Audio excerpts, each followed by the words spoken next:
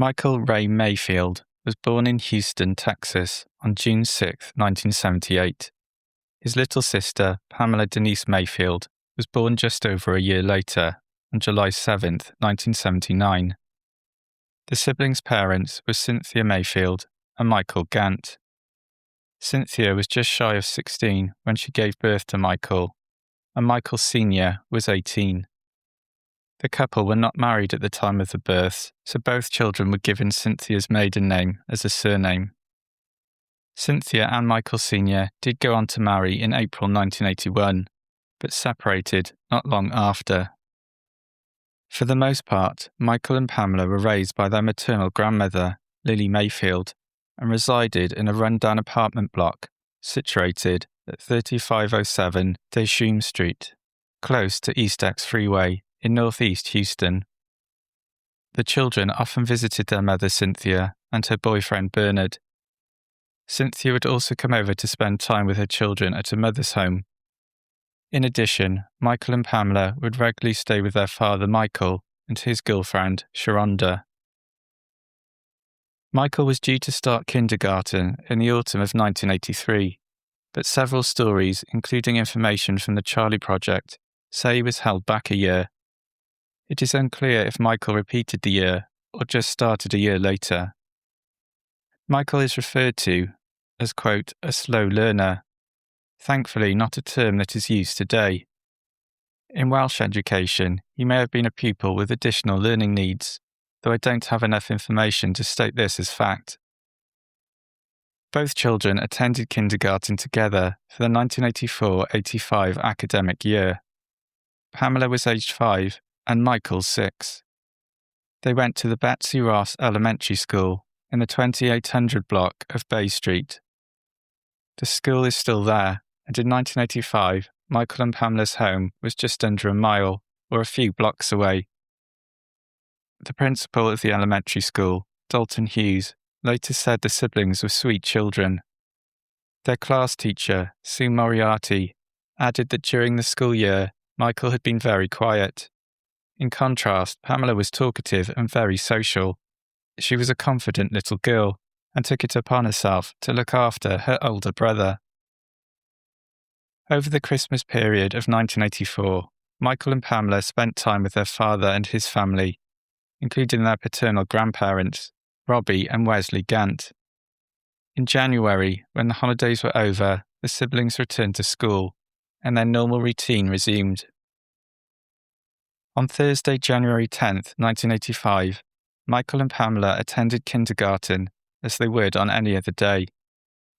At 2:45 p.m., the school bell rang, and the Mayfield siblings filed out of the school gates with the rest of their classmates.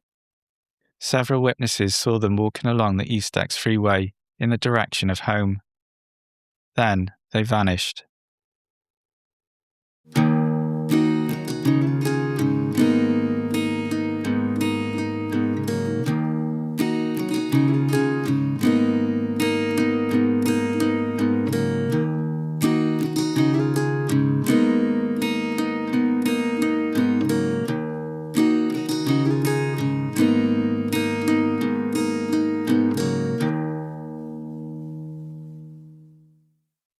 Hi, it's John here. I live in Wales, UK, and I research, write and produce Persons Unknown podcast.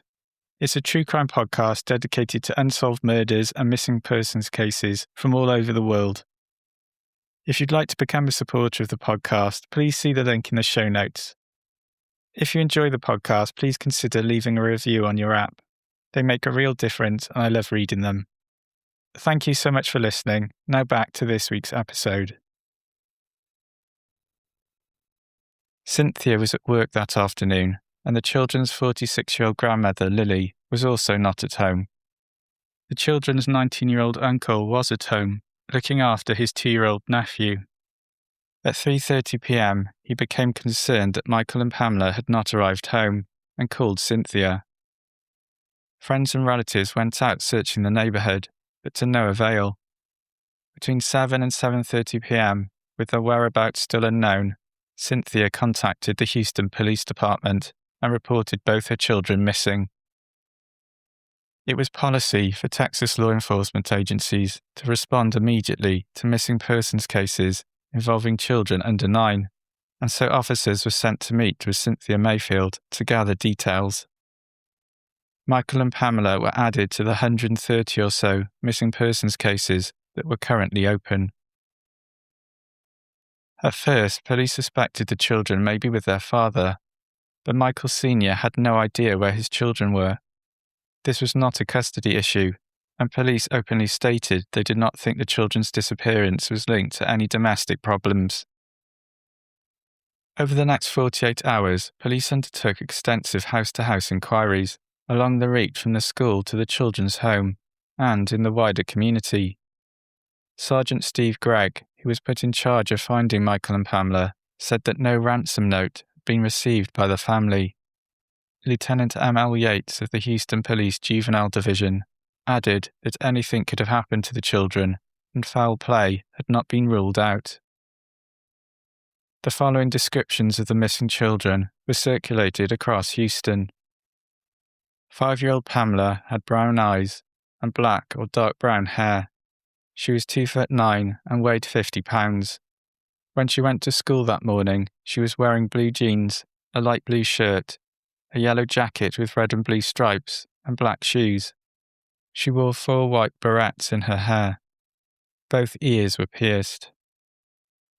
Michael was 3 foot and 6 years old, weighing 75 to 80 pounds.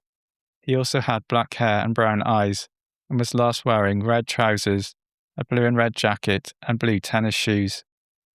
Michael had a burn scar on his wrist. Most reports say this was his right wrist, but I found one that says it was the left. The scar was caused by a hot iron falling on him when he was a baby. Michael was said to have a slight speech impediment, also described as a stutter. Initially, only one photograph of each child could be found. The photos had been taken over 2 years previously, when the children were 3 and 4. At that age, children are growing fast, and police were worried that the photos no longer represented a good likeness of the children. Eventually, in November 1985, Pamela's nursery school teacher found a more recent photograph, taken when the 5-year-old had performed in a recent school play. Another kindergarten teacher found some undeveloped negatives which contained pictures of the whole class, including both Mayfield children. These new images replaced the earlier ones first circulated by organisations such as the National Centre for Missing and Exploited Children, NCMEC. At first, information given by police and filtered through local press suggested that Michael and Pamela always walked home from school alone, and were never late. However, in an article in the Houston Post from June 1987, Cynthia Mayfield says that day was the first time the children had walked home alone. Normally, someone would pick them up and accompany them home. Pamela had been badgering her mother to be allowed to walk home with Michael alone. During classes that day, Pamela had constantly reminded her kindergarten teacher that they were walking home on their own. It was obviously something she was looking forward to doing. On Saturday, January 12th, the house-to-house search was called off, a little over 48 hours after the children were last seen. Sergeant J.R. Wiederhold of the Houston Police Department said they would be continuing to check out some leads that they had received over the past couple of days. The investigation was just beginning. During police inquiries, a fellow student of the Betsy Ross Elementary School came forward with some potentially vital information. The young boy said he had seen Michael and Pamela getting into a green 2-door car on the north side of the school building. The witness could not clearly see the man who was driving the car because he was bending down in the seat. The next part of the story is not mentioned in modern-day write-ups on the case, but is told in the Houston Post on June 21, 1987 edition. According to journalist Jack Douglas, several people said they saw Michael and Pamela playing in the courtyard of Oak Manor Apartments, a residential complex half a block away from the Mayfield home. Significantly, this sighting was timed at 5 p.m., over 2 hours after the children had left Betsy Ross Elementary School. 2 young boys said they had witnessed Michael and Pamela leaving the Oak Manor apartment complex in a green and white Cadillac, possibly a 1961 model, driven by a black man with a dark complexion. The children had got into the car voluntarily. They were not bundled inside. The 2 boys later recanted their story, but significantly, 2 years later in 1987, one of the boys said he had been telling the truth about what he had seen, but had changed his story because he was scared. Could this green and white Cadillac be the same green car the other witness saw Michael and Pamela getting into near the school? In the wake of their disappearance, Michael and Pamela's case was covered by local TV station KTRK TV, and in particular Channel 13 News. After one segment was aired by newsreader Melanie Lawson, the station received an anonymous phone call from a man claiming to know the whereabouts of the missing children. He said unless said newsreader Melanie Lawson met him in person, he would kill Michael and Pamela. The man gave a time and location for the newsreader to meet him, and so the Houston police hatched a plan. When the man turned up, he was immediately arrested. It was soon discovered that the 28-year-old man had no actual knowledge of the whereabouts of Michael or Pamela. He had used the incident as a ploy to meet newsreader Melanie Lawson, with whom he was obsessed. The man was given a short jail sentence for filing a false report, but when he was released, he continued to harass Melanie Lawson and other KTRK employees. He started making threatening phone calls, and a witness said he told her he was going to kill Melanie Lawson. The man was arrested and eventually sent to prison for 10 years. The whole affair must have been very unsettling for Melanie Lawson, and in terms of the Mayfields' case, it had been an unwanted distraction. 3 months after the children went missing, it was evident that something significant would have to happen in Michael and Pamela's case if they were going to be found. In April 1985, their photographs began to appear on milk cartons sold in local Safeway stores and other supermarket chains. This was the first time pictures of missing Texas children had been used in such an initiative. Pizza Hut displayed cards with photos of Michael and Pamela. The Entex gas company also began considering sending out pictures of the missing children with gas bills, mirroring an initiative already employed by the American Gas Association to publicize other missing person cases. I'm not sure if Entex ever followed through and did this. At the end of April, NBC aired the TV movie Adam, based on the 1981 abduction and murder of 6-year-old Adam Walsh. Following the movie, a clip put together by Nick Meck and introduced by President Ronald Reagan was shown, highlighting 61 missing children from all over America. Michael and Pamela Mayfield were included. It was the 3rd year in a row Adam had been shown. In 1983, 13 of the 15 missing children that were highlighted were found. In 1984, 19 of the 51 cases were solved. Unfortunately, the 1985 version did not result in Michael and Pamela being found. Lead investigator Sergeant Steve Gregg told the Houston Chronicle in May 1985 that despite the coverage afforded by the TV and milk carton campaign, they had no leads to go on. That's not to say the police didn't have some theories about what might have happened to Michael and Pamela. As is normal in a case like this, immediate and extended members of the Mayfield and Gant families were looked into extensively, but police found no evidence of their involvement in the suspected kidnapping. Houston police officer Gary Montgomery stated that Michael and Pamela were not abused children and did not lack attention. Both parents and their extended families spent quality time with Michael and Pamela. They were very much loved and cared for. All key family members had taken polygraph tests, and there had been no signs of deception. They had all also said they would appear before a grand jury if needed. I should say here that maternal grandmother Lily Mayfield had a heart attack in the aftermath of the children going missing. She was able to make a recovery, but this illustrates the immense mental and physical strain the family was under. Police suspected that the children may have gone with someone that they knew and trusted. This was partly based on the knowledge that they had been warned not to go with strangers. However, it is important to remember that it is children, not their parents, who decide whether or not someone is a stranger. John Rayburn, the deputy director of NCMEC, told the Houston Chronicle in November 1985 that there was an overemphasis on stranger danger. This was to the detriment of properly safeguarding children and giving them the tools to recognize a dangerous situation. Abducted children are often lured away because they know the perpetrator, even if it is only a very casual acquaintance. Perhaps someone who loaned them a little money so they could buy sweets, or a friendly person who always let them pet their dog.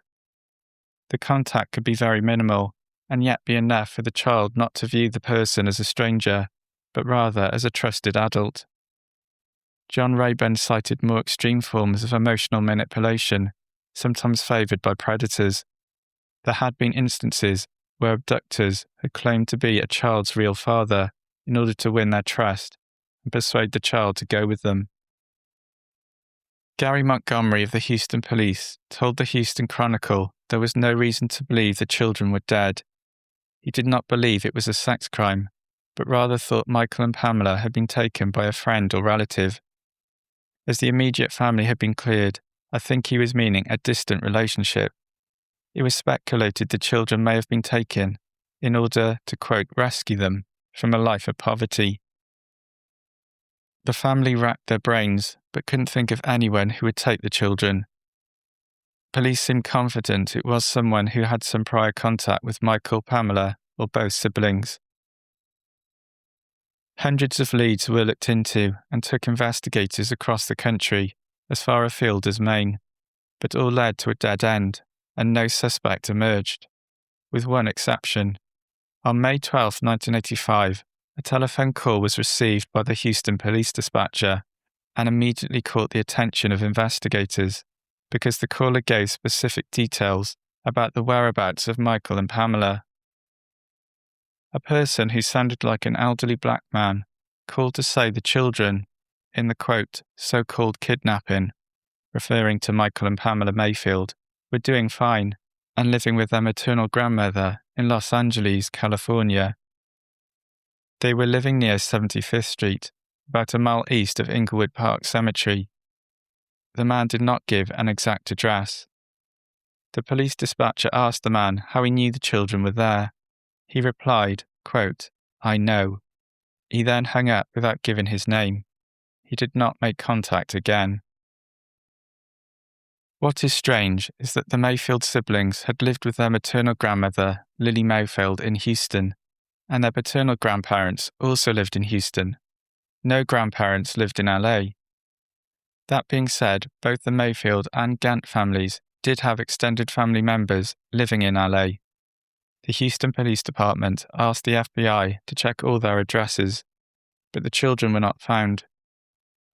An article from the Houston Chronicle in 1991 says a tip that a distant relative took the children and absconded to California was investigated but led nowhere. Information letters and colour pictures of the Mayfield siblings were sent to all 1,083 school districts in Texas in case their kidnapper tried to enroll them under assumed names. There were no positive responses. A plan was made to send the case details to LA schools, though I'm not sure if this ever happened. In addition, letters were sent to hundreds of hospitals across Texas in case the children were brought in for treatment. Again, there was no positive news. In so many similar suspected child abduction cases, significant rewards are put together by local businesses and community groups. As far as I can see, in the Mayfield's case, only one group, the Top Ladies of Distinction, which I think is a church group, came forward with a reward of $500 for information leading to the arrest and conviction of the person who had taken the children. The reward went unclaimed. At Christmas 1985, local Mayor Kathy Whitmire launched a campaign to help find missing children at a press conference at the Children's Museum of Houston on Allen Parkway. The initiative was sponsored by local supermarkets and Nestle and was supported by NCMEC. It highlighted that the majority of missing children were taken by non-custodial partners or were runaways. 91% of missing children cases were solved by Houston police. The Mayfield children were mentioned in this campaign and were the only case of, quote, stranger abduction. 2 whole years passed with no news. In June 1987, Michael and Pamela's parents talked with the Houston Post about the torturous journey they had been on since the day their children were taken from them. Cynthia was having recurring dreams, which culminated in Michael and Pamela being found alive. She would wake in the night and then be faced with the reality that they were still gone. It was then impossible for her to go back to sleep, and she would lie awake, crying. Michael Gant felt that his children were still alive. He gave a message to their captor, pleading to ensure they were taken care of, fed, and well dressed. Both parents loved their children. Michael Gant said he would do anything to bring them back and hold them in his arms. Michael and Cynthia remained separated at this point and eventually divorced in 1990. At this time, Gary Montgomery of Houston Police was still working the investigation and wanted the public to know that the case had not been put on the back burner. He wasn't allowing himself to get frustrated, as this would make him lose sight of his objective, to bring the children home. Sergeant Steve Gregg, who also continued to work the case, was finding it difficult to remain positive. He said it was the most frustrating case he had worked on in his then 13-year career. New leads were few and far between, and there were no suspects. The police were still saying the strongest clue they had was the anonymous phone call indicating the children were being kept in LA. Interestingly, the children's principal, Dalton Hughes, was talked to in the aforementioned 1987 Houston Post article. He said that the most reliable thing he had heard was that the children had made it home after school on the day they went missing, but found the apartment locked and no one there. They had then begun to walk to another relative's house. About 6 months before the said newspaper article, an anonymous caller telephoned the Mayfield children's paternal grandmother, Robbie Gant. The caller told her that Michael and Pamela were dead, and that the children's bones could be found on the porch of their maternal grandmother, Lily Mayfield's house. A bag of bones was found, but they were determined to be the bones of a dog. The whole thing had been a disturbing prank, and a teenager had thrown the bag over the fence as a sick joke. The Mayfield and Gant families were trying to stay optimistic. Paternal grandfather, 53-year-old Wesley Gant, told the Houston Chronicle in 1991 that nobody gives up hope, but he added he had a bad feeling about it. Maternal grandmother Lily Mayfield continued to phone the police department regularly, asking for updates for many years. She never gave up looking. Sadly, proof of what happened to Michael and Pamela Mayfield has yet to materialise. During the episode I did covering the case of Diana Moon Yoli and Mark Yoli, I mentioned how rare it was for 2 or more children to be abducted, seemingly by a stranger, at the same time. The Beaumont siblings from Adelaide, 1966, Joanne Radcliffe and Kirsty Gordon, also Adelaide in 1973, the McKay sisters from Queensland in 1970, the Millbrook twins from Georgia, 1990, and the Fandel siblings from Alaska, 1978, are all examples that stick in the mind precisely because of the rarity of these crimes and their devastating effect on the families and communities left behind. Now, most organisations that publicise the Mayfield children's case do class it as a non-family abduction. If the sightings of the children getting into a green and white Cadillac are correct, it does suggest that they knew their abductor. Perhaps it was only a fleeting connection, but it was enough to persuade them into the car when the door was opened. As the crime has gone unsolved for so long, there is the possibility it was a crime of opportunity and pure luck that this was the first day the children had walked home alone. Maybe the abductor didn't know them, but knew how to win the trust of two small children. If this is the case, the assailant would be incredibly bold to have the confidence to take two children off the street and in broad daylight. Age-progressed pictures of Michael and Pamela have been created by NICMAC, which show them at 40 and 39 respectively. If you have any information about the 1985 abduction of Michael and Pamela Mayfield, you can contact the Houston Police Department on 832-394-1872 or contact Crime Stoppers anonymously on 1-800-222-TIPS.